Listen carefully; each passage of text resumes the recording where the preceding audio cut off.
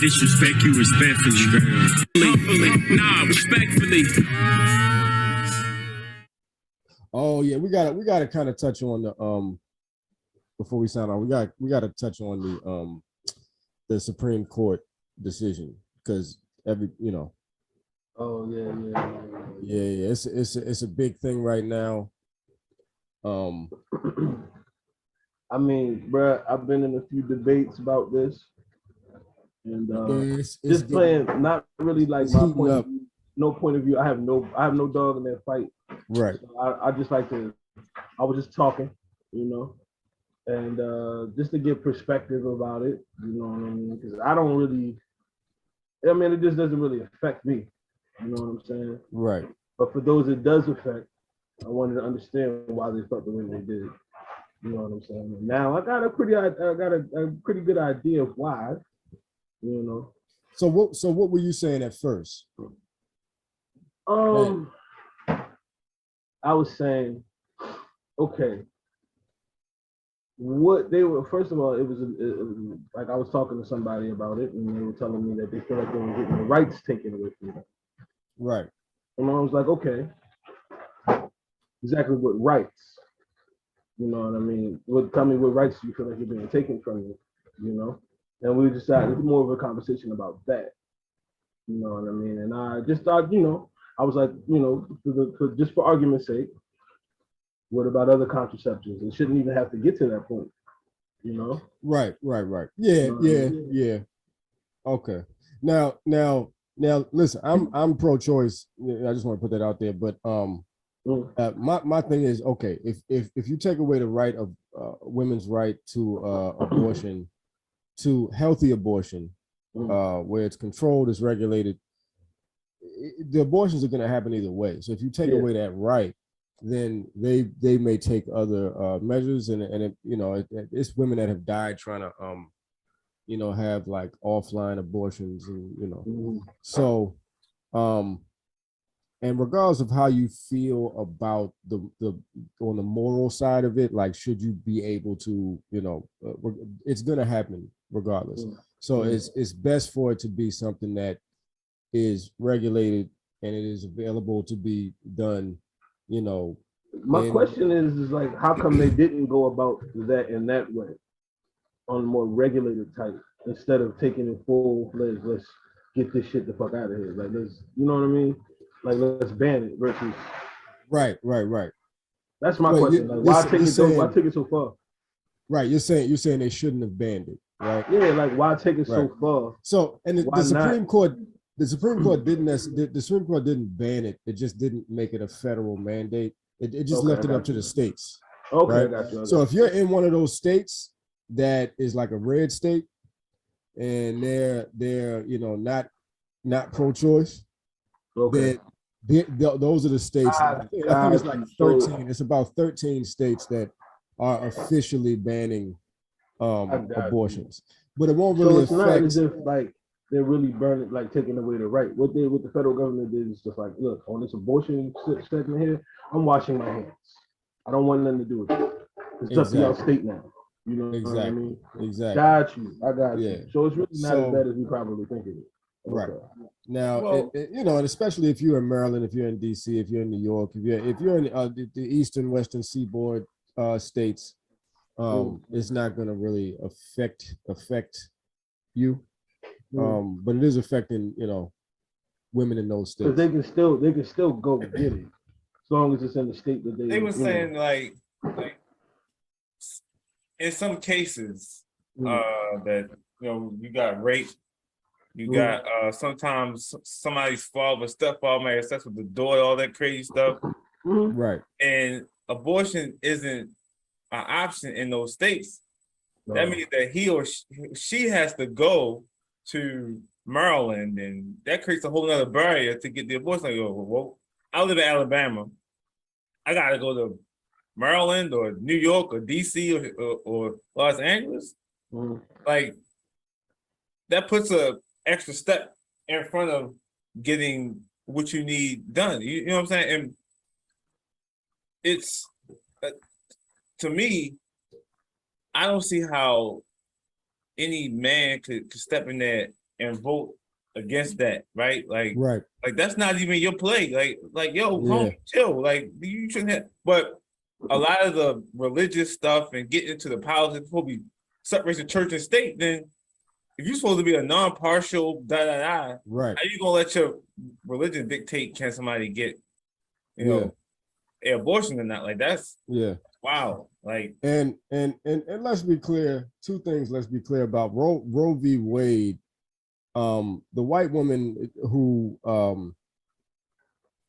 the case that set precedent for abortions to be federally, you know, permissible. I don't even know what the language would be, but that case, it was a white woman. The reason why she won is because she said that she was raped by a black man, and it turns out she was lying.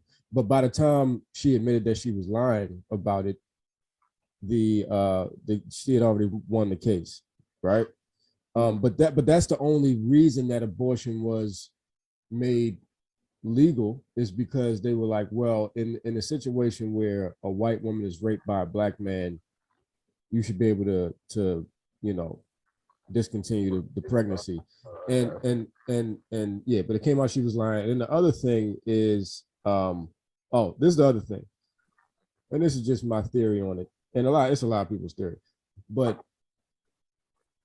Caucasians are their death to birth ratio is kind of like regressing, right? And so like they aren't having enough kids. So basically, white men are tired of, well, not tired. White men are in panic mode of like, we're gonna be the minority, so we need you all to have these babies, and so they're forcing their women to have these kids, which, you know, that's my theory on it.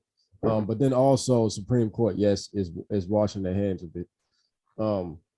But yeah. So okay. Makes a little more sense. Yeah, I mean, because there's statistics. What was going on? Like I was like, well, they just want to just straight up abolish abortion out of nowhere, like, right? You know what I mean? But I get what you're saying on that. Yeah. Right, so, cool. But yeah, it's looking ugly, man. And they passed the thing with the gun laws, which Marvin, what do you know the details on that again? When we talked about the other day. I just think that they passed the law that said that it was unconstitutional for a state to say that you can't carry, like the whole conceal and carry permit, the whole process you gotta go through. Right. Yeah. So I mean, but the states haven't figured out how that's going to work. It like from New York and Maryland have similar laws, so they're just going to see about how that's going to go. Okay. My thing is that while being a gun owner, I mean, I would like to be able to carry mine without all the extra foolishness that you got to go through to carry. But I just worry about that one dude that was a sucker in high school, and he would normally he wouldn't fight anything. Now he got the ability to carry a gun, might make a little more brave. Yeah, he would carry, be. Yeah. But now you got to deal with that also. So I think that while those situations might happen, but states like Maryland, where we're not used to seeing and carrying it, there will be some incidents initially of people who they scared, or they say they scared, or they soft, or if you get beat up or something, the first thing you can do is grab the gun. It's like, especially nowadays when everybody's so sensitive, it's like, that's a fact. I'm gonna go get the gun now. They're like, chill, yo, nah, man. You don't take no life over no fight. Right. It's gonna be a whole lot of unintended consequences. Yeah. Something like that. But yeah, Supreme Court is just out here. I don't know what's going on, man. Because we just had the mass shootings. But one thing about it is this. I do think that it's bad timing, but what I was about to say is it's actually good timing for the Democrats because the midterms, right? So the Democrats can use this as to like fear monger people into voting, even though the Democrats aren't offering any significant policy agendas. I don't think that the Democrats are that savvy to use that. Like they aren't. To me, it's like they want to follow the rules and nobody else is following the rules. It's like if we playing basketball and you play by the rules, and I'm like, I'm traveling and I'm shooting the ball. You're like, yo, you're not gonna beat me if like, yo, I'm doing what I want out here. Right. You trying to play by the rules. Yeah. And again, that happened with Obama and everybody getting off talking about, I want to reach across the aisle. I want to be they ain't reach across no aisles. Yeah. When at all. When Mitch McConnell told Obama no and then told Trump yes for the same exact thing about picking Supreme Court justice. Yeah. He didn't care about the rules. He didn't care about they never care. The quorum or reaching across the aisle. He did what he wanted to do when he did it. So until the Democrats learn how to do that, it is what it is. But you got a bunch of to me the Democratic Party and the Republican Party are like a husband and a wife. The Democrats are the wife. The Republicans are the husband, right? Yeah. And the Democrats are it's a lot of feminine energy over there. The agenda is a very feminine energy thing. It's just a bunch of identity politics. It's nothing substantive, and they're just it's more about emotions, feelings, and nothing. But the Republicans are like, look, these are the laws we're passing. This is why we're passing them. We're getting money. We don't care about you niggas. All right, hey, yo, you know the vibes. Hey yo, right? They gave you Juneteenth, yo. Yeah, and then they give us Juneteenth and a hip hop holiday too, yo. You should be satisfied. Right, and not only did they just give us Juneteenth instead of actually passing the policies, they gave us Juneteenth, and they're trying to couple it with Pride Month. So they're like trying to make it synonymous. Like that's how goofy things are on the Democratic side. So it's like, and that's why men are kind of like, a lot of black men are just like, all right, man, I'm cool. Yeah, I'm all cool. The way out. Like, man, look. And they don't make policies for us. They don't make policies that actually strengthen the black household. They make policies that strengthen single mothers and these independent women, and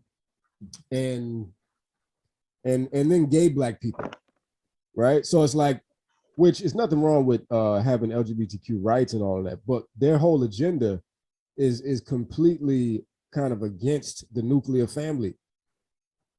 And so you can't expect men to be like, oh, let's get out here and vote if there's no reason to do so. And in fact, it's less than no reason, because you're actually working against me. Right. So why would I go vote for something that's not really in my interest? Like that's not in my interest, Mo. I'm not like, and the whole platform is not anything that I don't see nothing on the menu for me. There's nothing on this menu for me. So I'm never coming to eat.